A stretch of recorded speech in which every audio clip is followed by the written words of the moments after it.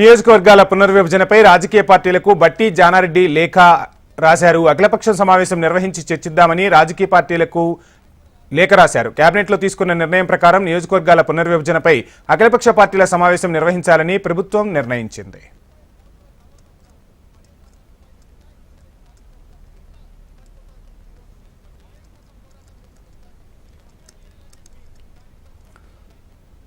నియోజకవర్గాల పునర్విభజనపై రాజకీయ పార్టీలకు బట్టి జానారెడ్డి లేఖ రాశారు. అఖిలపక్ష సమావేశం నిర్వహించి చర్చిద్దామని రాజకీయ పార్టీలకు లేఖ రాసినట్టుగా తెలుస్తుంది.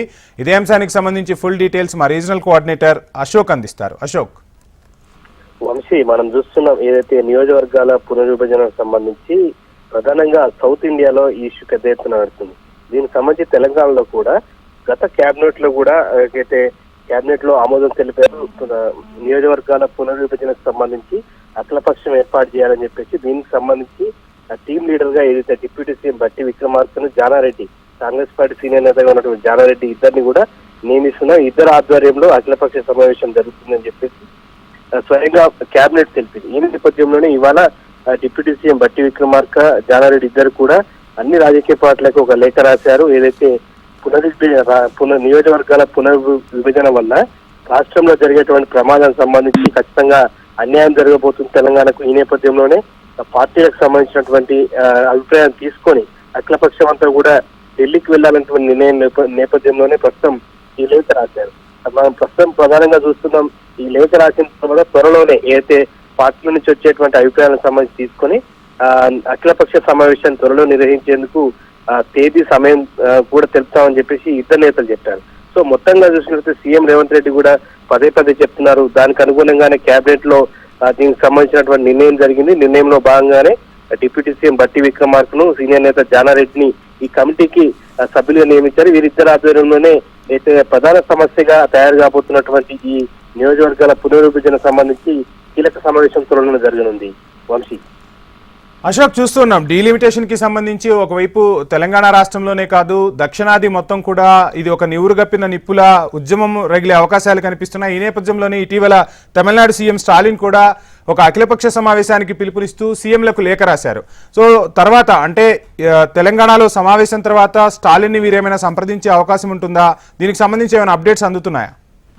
అంటే ఇప్పుడు మన రాష్ట్రంలో ఉన్నటువంటి తెలంగాణలో ఉన్నటువంటి బీఆర్ఎస్ కావచ్చు, కాంగ్రెస్ కావచ్చు, బీజేపీ, సిపిఐ, ఎంఐఎం తో పాటు మిగతా పార్టీ నుంచి అభిప్రాయాలు తీసుకున్న తర్వాత ఆల్ పార్టీ మీటింగ్ లో ఆయా పార్టీ నుంచి వచ్చేటువంటి ప్రధానమైనటువంటి డిమాండ్ దృష్టిలో పెట్టుకొని ప్రభుత్వం ముందుకు వెళ్లాలన్నటువంటి ఆలోచనతో ఉంది.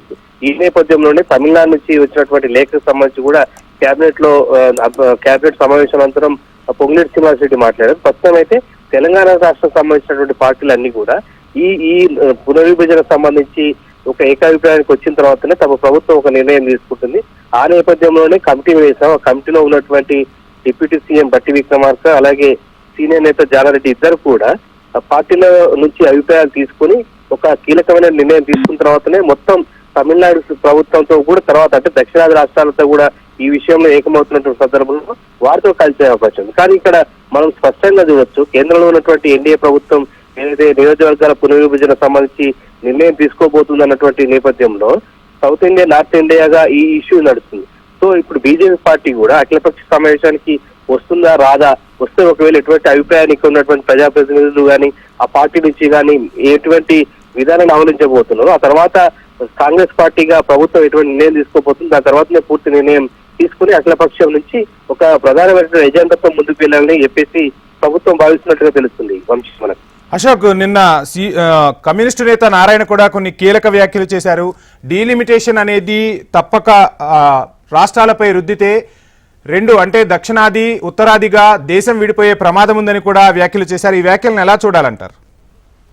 ఇలా రెండు ప్రధానమైనటువంటి ఉన్నాయి. ఏదైతే జనాభా ప్రాతిపదికన నియోజకవర్గాల పునర్విభజన అనేది తొలి నుంచి కూడా నార్త్ ఇండియా నుంచి కంటే సౌత్ ఇండియా నుంచి దక్షిణ భారతదేశం నుంచి ప్రధానంగా వ్యతిరేకంగా వస్తున్నటువంటి విషయంగా చెప్పుకోవచ్చు. దానికి తోడుగా అయితే పట్టణ నేపథ్యం ఉన్నటువంటి ప్రాంతాలకు కూడా పునర్విభజన వల్ల నియోజకవర్గాల సంఖ్య పెరుగుతుంది. కానీ రూరల్ బ్యాక్గ్రౌండ్ ఉన్నటువంటి కాన్స్టిట్యూన్సీ పెరగదు.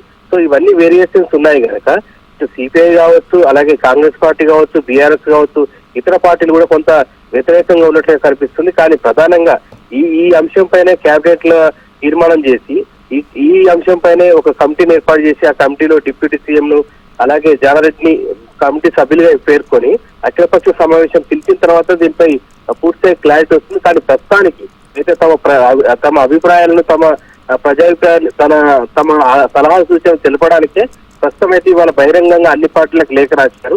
సో ఆ లేఖ నుంచి వచ్చినటువంటి సమాధానానికి అనుగుణంగా త్వరలోనే తేదీ సమయం పెడతాం అని చెప్పేసి ఈ ఇద్దరు నేతల ద్వారా ఒక లేఖ వచ్చింది.